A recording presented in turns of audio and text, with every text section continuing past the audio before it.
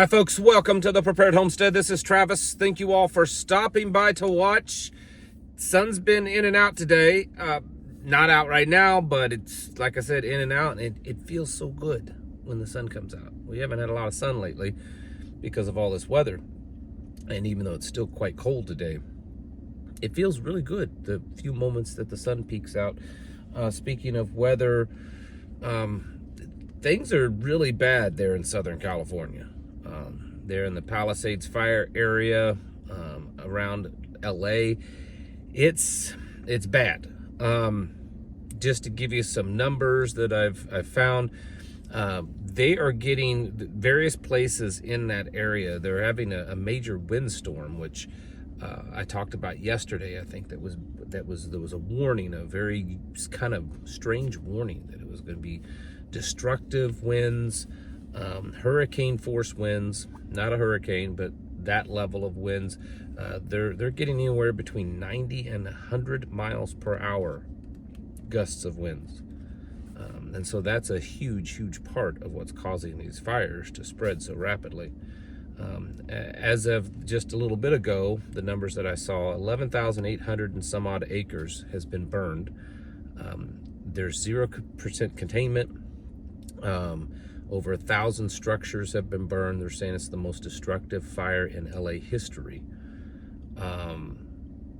I can tell you from a, wouldn't say an expert, but an experienced opinion in looking at it.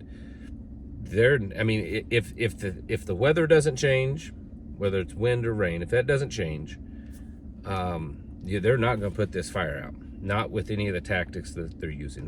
They are not. The water that's being put on it is basically just going to waste because there's not enough. There's not enough volume to put out this kind of fire, and you can't really fight it on the ground. Not with this kind of wind. It's moving too much, too fast. So at this point, unless something dramatically changes, the fire's not going to stop until it just burns up all the fuel that's available. You know, unless all of a sudden they get a big old rainstorm, and I don't think that's going to happen. This is extremely devastating. I've already seen numbers, estimates, and you know, there's no way possible for them to give, you know, real accurate numbers this early in the game. But they're saying right now that they're estimating it probably anywhere between 55 and 60 billion dollars worth of damage. And it's probably just going to go up. And it's interesting that also at the same time, Joe Biden sends another $500 million over to Ukraine today. Another $500 million. He did, I guess, a little press conference talking about the fires there in California, and then said, "Well, but there's good news. I'm a granddaddy again, grandpa again today," or something like that. Chuckled, and you know, this is bad. And I talk about this over on my locals channel today about how, from a homesteading prepper perspective, we need to pay attention to this kind of stuff, because if you go back and you start reading history of during the original homesteaders back in the 1800s, one of the biggest problems that they faced, you know, Hollywood portrays it as the biggest problem was you know, Indians coming and raids and stuff. I mean, that happened, but that wasn't the biggest problem. Biggest problem was exposure to the elements and fires. Many homesteads were burned out because fires would happen. They couldn't put them out. They didn't have the equipment. And as preppers, we have to prepare for the time when help doesn't arrive, right? When you call 911, they ain't there. So I talk about that over in locals. But this thing there in California, I'm sure there will be lots of theories out there, and some of them may be true, about how this really got started, what really went on. But as of right now, it just looks like a really horrific situation. I mean, it's some of these people, the videos that are being shared around, it just looks like they're living right in the middle of hell. And I'm sure it feels like that. Number one, we need to, as preppers, have a plan for this kind of stuff. There's very few forces in nature, very few things that you would have to deal with that's quite as destructive. And in this situation, this is showing this this kind of perfect storm situation where everything's really dry, and a big, heavy, strong wind causes this stuff to move fast. Fires will, they are like a live organic being, and they will do things. It will do things. It will move. It will burn. That you just can't imagine, and grow.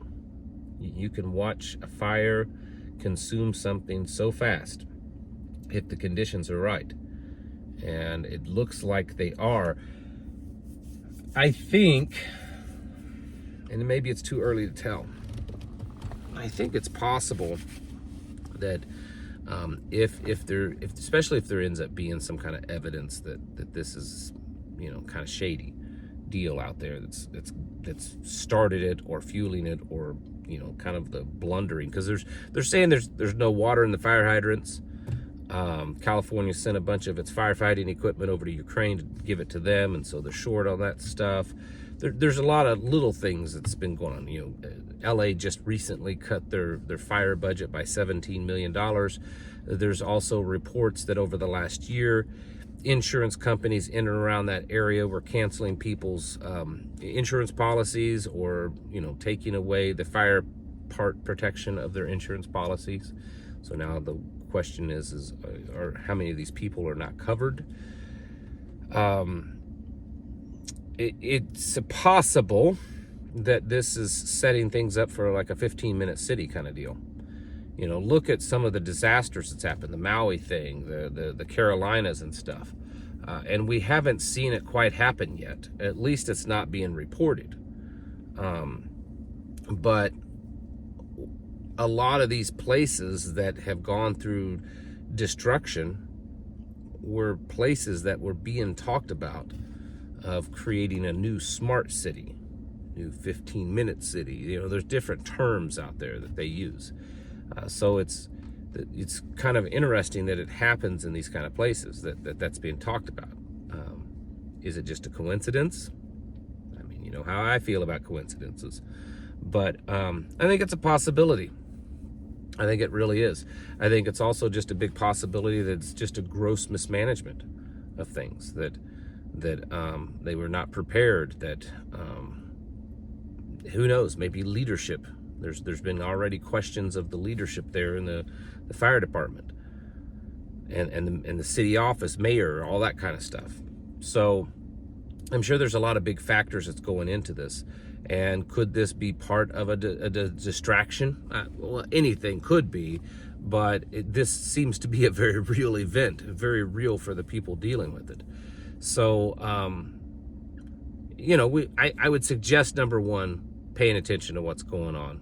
Keep your eyes open, noticing things that just seem off, but then also learning. Like I said, just the other day, I was talking about this. So ironic. I was talking about this with I think the overreaction to the winter storm that came through parts of the country. And I was saying how you should watch how people react to it and learn from them. Well, now we went from snow and ice and cold to now really, really hot fire burning. Same thing though. Watch how the people react, how the people were so unprepared, and then sit there and think for yourself. Do you have a little homestead? Is that your plan? Are you working on some kind of bug out location that you're going to live at? Maybe you're like me, you live at your bug out location. Maybe you live in the suburbs or the city. It doesn't really matter. What is your preparedness plan for when things like this happen? Do you have a plan, obviously, for when if there's a winter storm, there's ice and power goes out? What about when everything's on fire? I've said before, I don't plan on bugging out where I live. Like I just said, I live at my bug out location.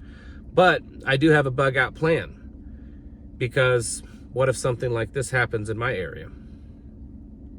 It's standing your ground is not going to work when you've got 11,000 acres of fire burning coming down on you. So yeah, you have a plan where to evacuate to. What are you going to take? Because depending on the scenario, if it's moving really fast, you may not have a lot of time to grab things. Where are you going to go? should be a huge question. What kind of evacuation routes are you going to use? You know, is there only one way to get to your house, in and out to the nearest main road, or are there multiple ways? Are there ways that you can go cross country? Are you familiar with those? Have you tested them out?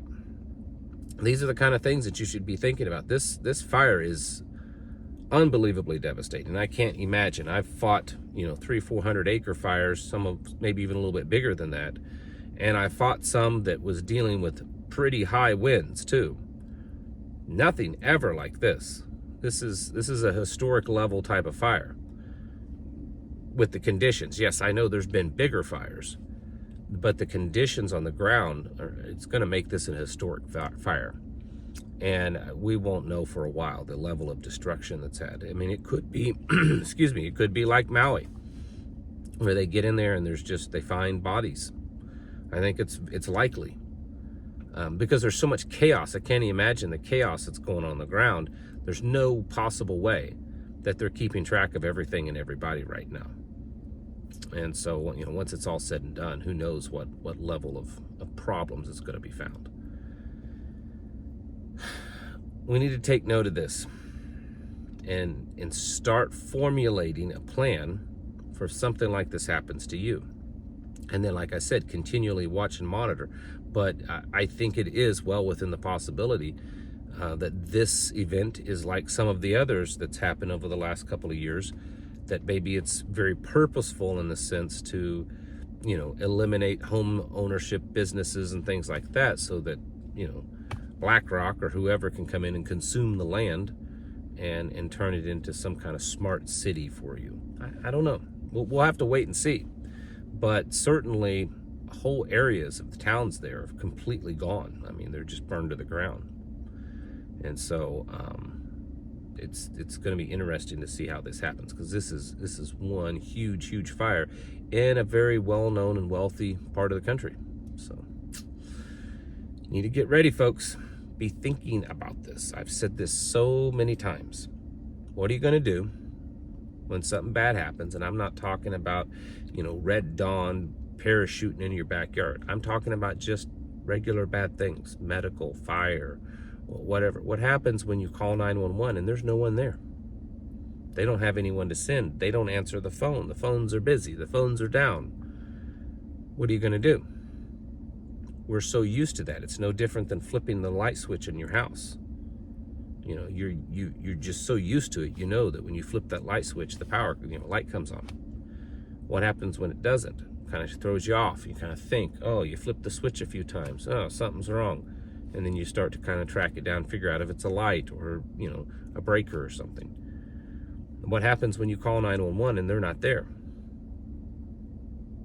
Have you thought about that? Do you know what you're going to do when that day comes? Because it's very possible that it will. In fact, it's happened already. This past year, there were multiple places in the country that their 911 system went down. What are you going to do? You better have a plan, and it better be a good one, because these types of events are happening more and more often, and they may end up happening right where you're at. You need to get your houses in order and prepare yourselves mentally, physically, and spiritually. Thanks for watching, and I'll catch you in the next video.